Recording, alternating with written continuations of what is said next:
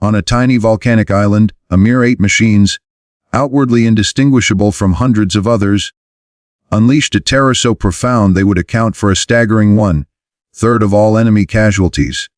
This wasn't merely about firepower. It was about harnessing the most ancient, primal force known to humanity, fire itself, and weaponizing it in ways that made even hardened soldiers recoil in horror.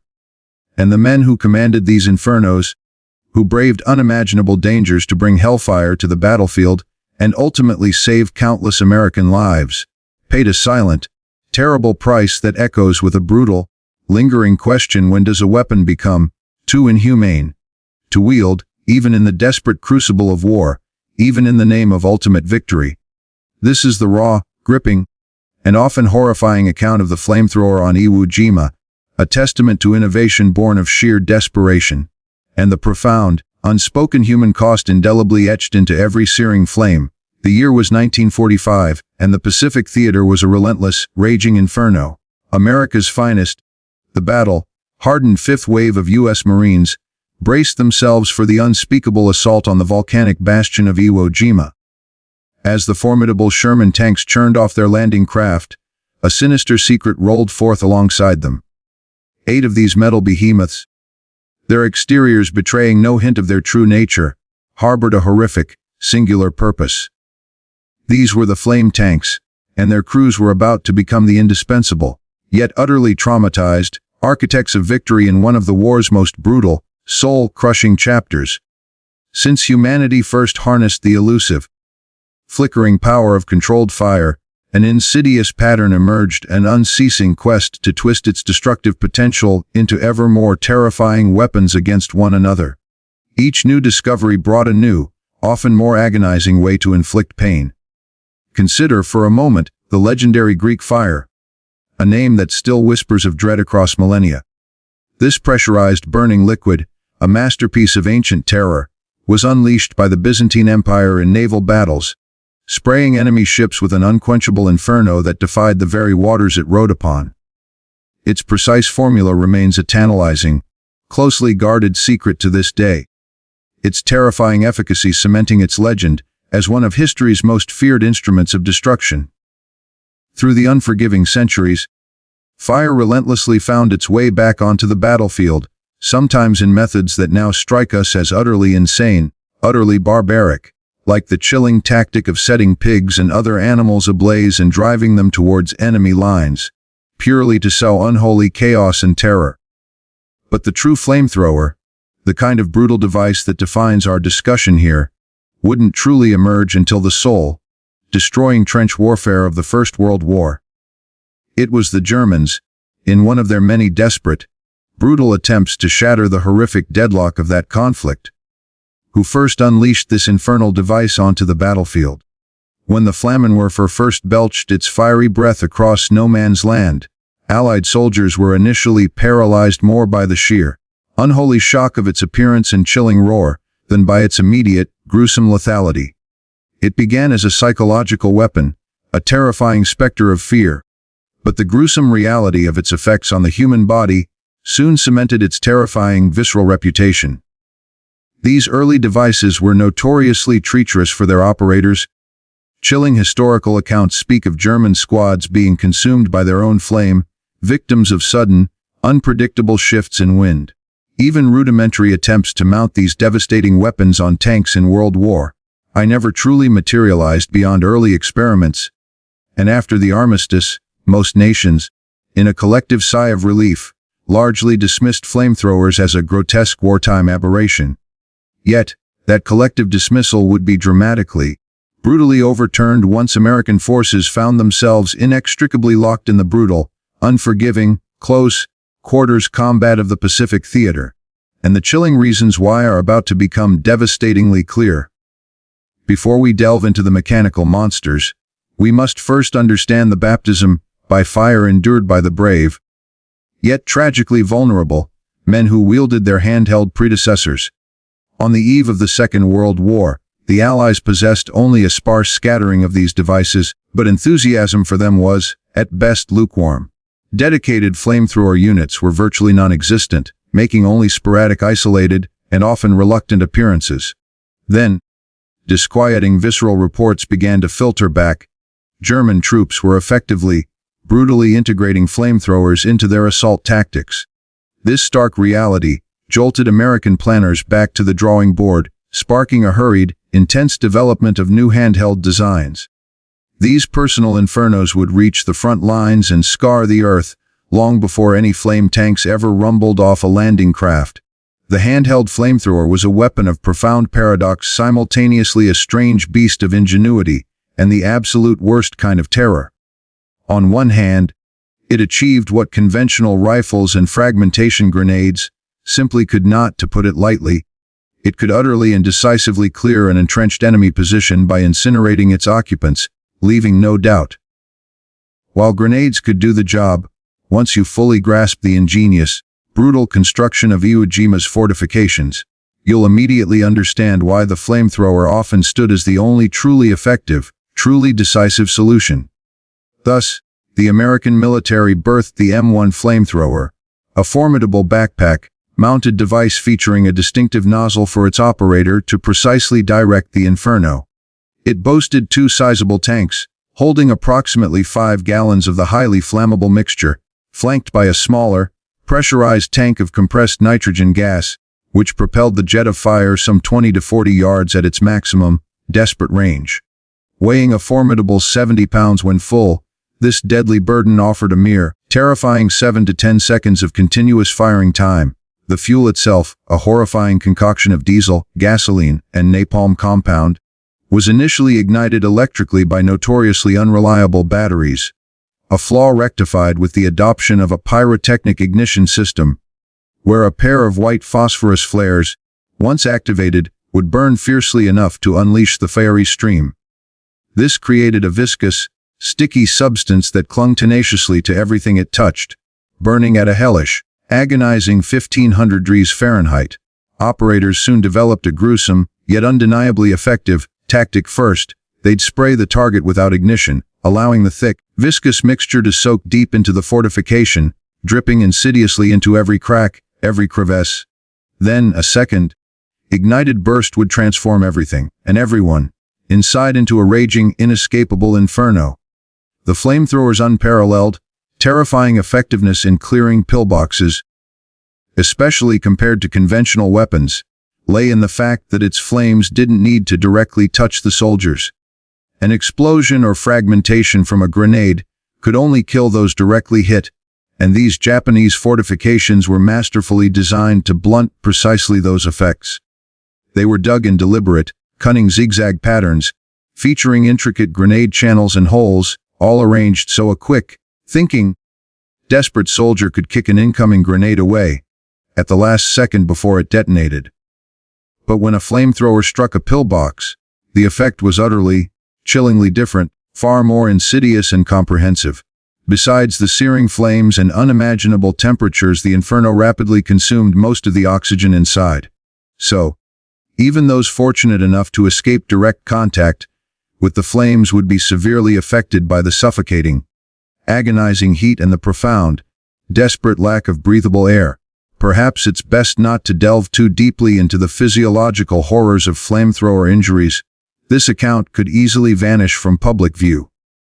Yet, studies were actually conducted, posing the haunting, moral question of whether the flamethrower constituted a too inhumane way to kill someone.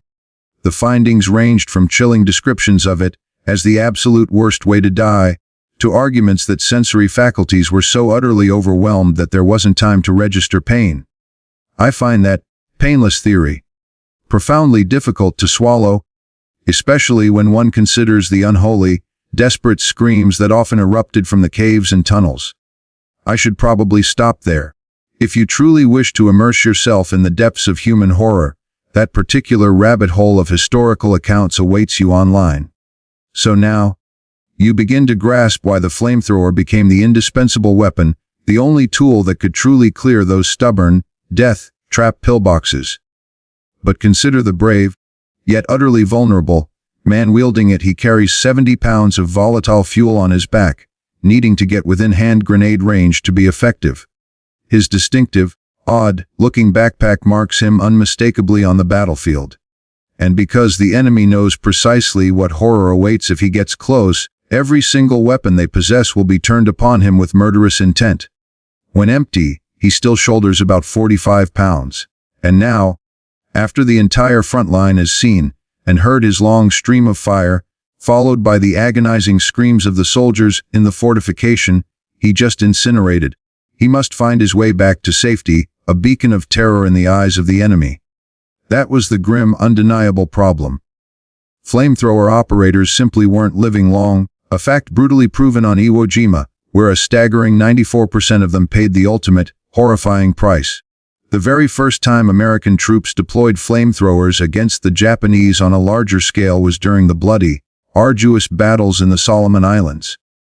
There, the horrific vulnerability of the operators was quickly, brutally laid bare for all to see. It was then that a desperate, yet brilliant, idea took root in the minds of military planners: combine a flamethrower with a tank to decisively address its fatal mobility and protection problems. This led to the first, rather unsuccessful flame tanks.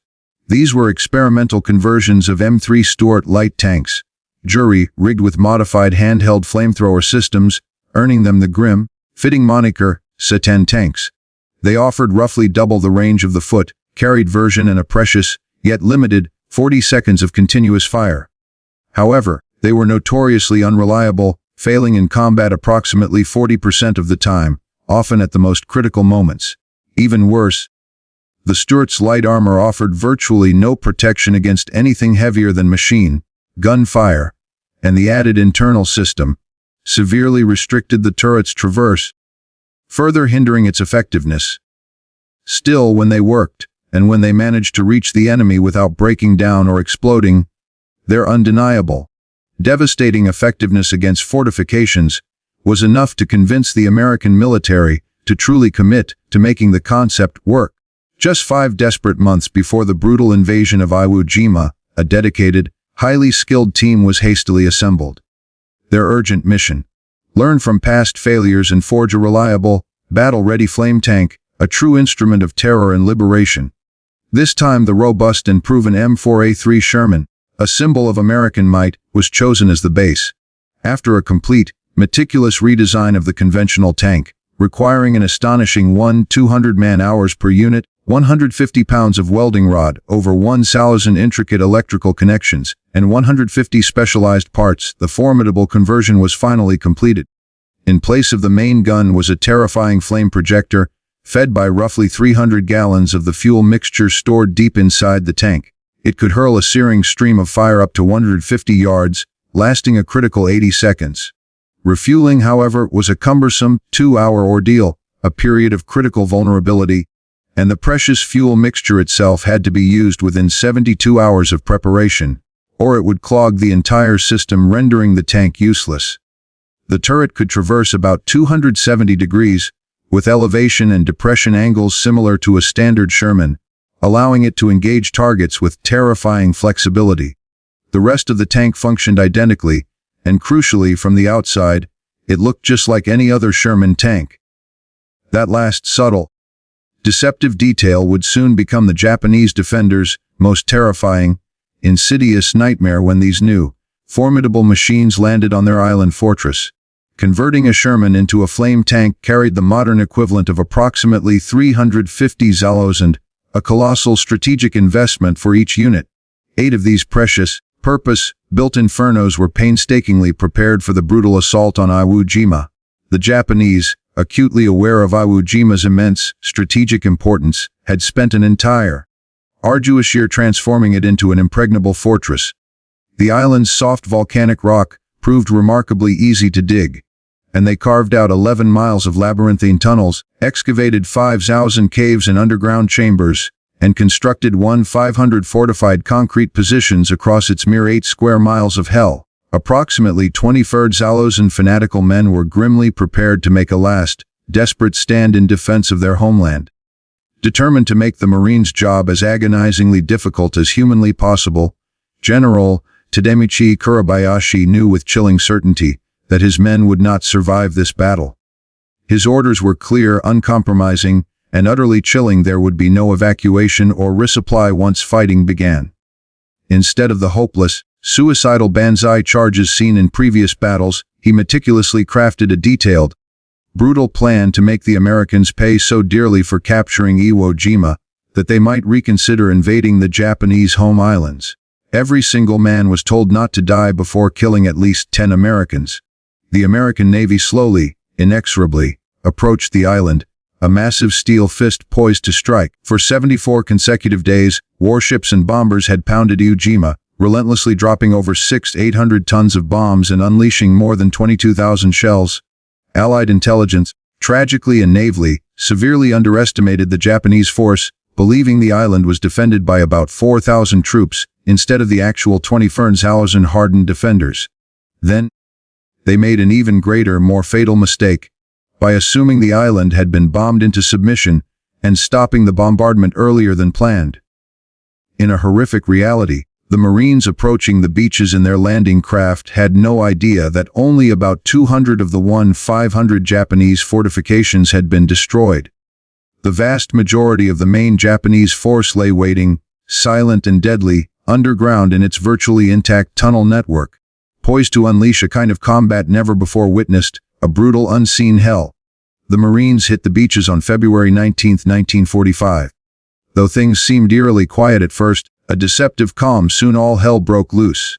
By nightfall, the Marines had gained less than 700 yards of brutal, blood-soaked ground, at the horrifying cost of 400 agonizing casualties.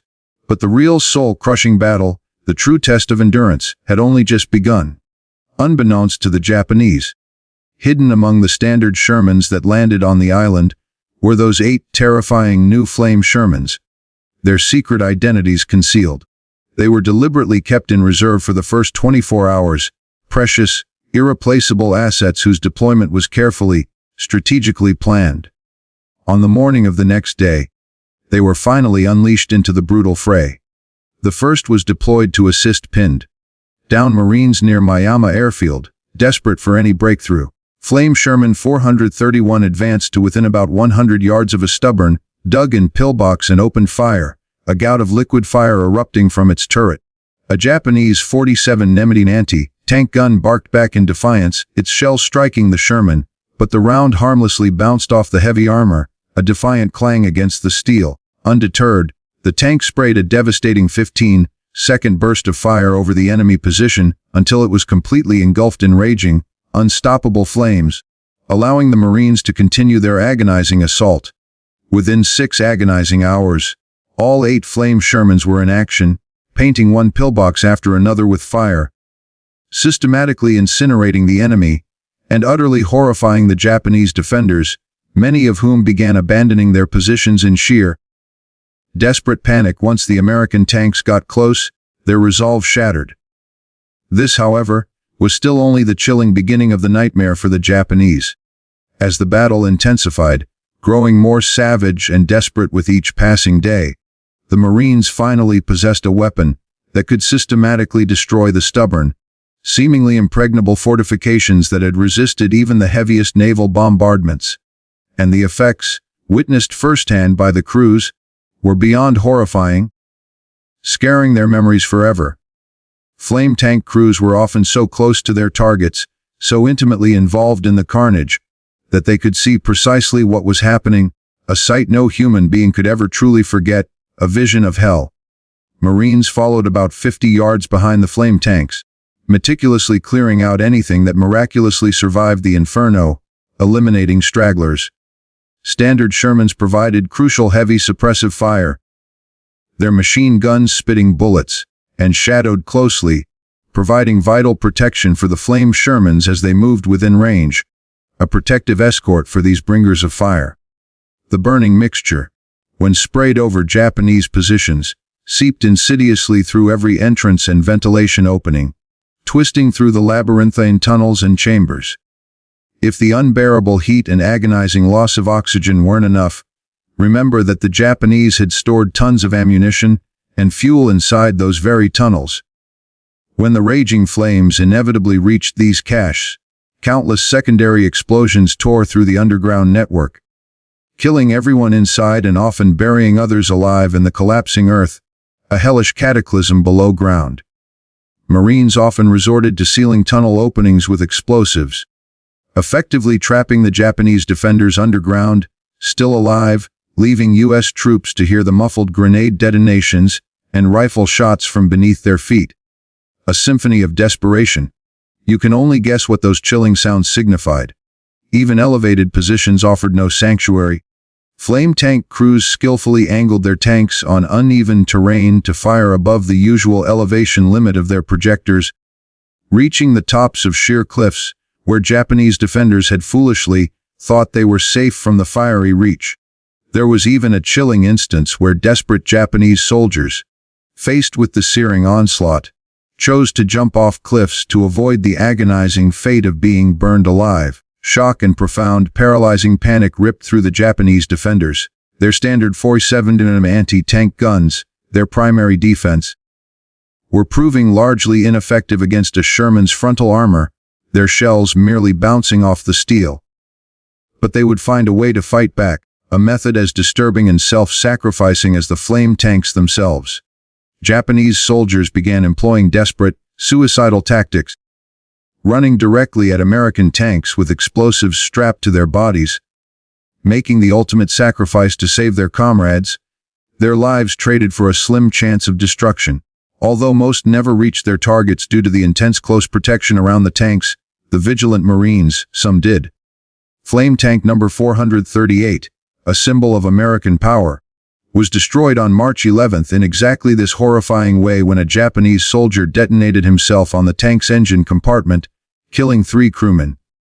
General Kurabayashi, facing an existential threat to his command, reported to his superiors with chilling honesty that the enemy's special flame tanks did more damage than all their artillery and bombardment combined, and that they had no effective way to counter them. His words were a testament to their devastating efficacy. U.S. engineers worked around the clock, pushing themselves to the brink of exhaustion to keep the precious flamethrower tanks operational and ready for the next brutal assault. They were constantly on the front line, fighting or refueling, with vital repairs often done under the cover of night, in the dark hours. Fuel was prepared relentlessly, 24 hours a day, a continuous process of mixing the deadly concoction, and flame tanks drove directly from the front line to refuel and immediately back into combat, a grueling, relentless cycle that stretched for days. The crews were beyond exhausted, their bodies and minds pushed to their absolute breaking point, their nerves frayed, but they had to push on, knowing the lives of their fellow Marines depended on them. It is estimated, with grim certainty, that these flame tanks lowered the casualty rate for Marines by some 40%, saving countless lives from the meat grinder. By mid-March, organized Japanese resistance had largely collapsed, although ambushes and individual attacks, born of desperate fanaticism, continued for weeks after the island was officially declared secured, a testament to their unwavering, suicidal resolve. Then came March 21st, a date etched in fire. After 30 days of relentless, brutal combat, the remaining 3,000 Japanese defenders were about to make their last, horrific stand. 6 of the original surviving flame tanks, scarred but still functional, were urgently reinforced with 4 new ones shipped from Hawaii, and they were now ready for the largest flamethrower assault in the entire Pacific War, an unprecedented Inferno. Flamethrower and regular Shermans advanced in an unstoppable formation, setting fire to and blowing up everything in their path, leaving a trail of destruction. Over the course of a single, devastating day, they fired an astonishing 8,000 gallons of fuel mixture, a river of fire, and though the cost was still high, 92 Marines killed and 257 wounded. It was mercifully far less than the catastrophic losses a conventional assault would have undoubtedly produced. They shattered the last organized Japanese defense completely, many of whom met their end in the searing embrace of flamethrowers, their lives extinguished in fire. 2 out of the original 8 flame Shermans on Iwo Jima were ultimately knocked out, victims of enemy action or mechanical failure, while the rest suffered severe malfunctions from the continuous, grinding combat, and were cannibalized for parts to keep the remaining machines running, a desperate act of mechanical triage. The surviving tanks, weary and scarred, were shipped back to Hawaii where they were meticulously examined, their design refined further, eventually leading to the next generation of flame tanks, like the M67 Zippo, which would later see action in the unforgiving jungles of Vietnam. Survivors, ghostly figures, emerged from the tunnels at night, scavenging for whatever supplies they could find, and some continued to fight, a testament to their unyielding, fanatical resolve. But out of the 21,000 Japanese soldiers on Iwo Jima, fewer than 200 surrendered and survived. The rest are still on the island, silent witnesses to history, most of them buried forever in the very tunnels they dug their tombs. Flamethrowers on Iwo Jima fired some 360,000 gallons of fuel mixture, an enormous, terrifying quantity of fire over the course of the battle.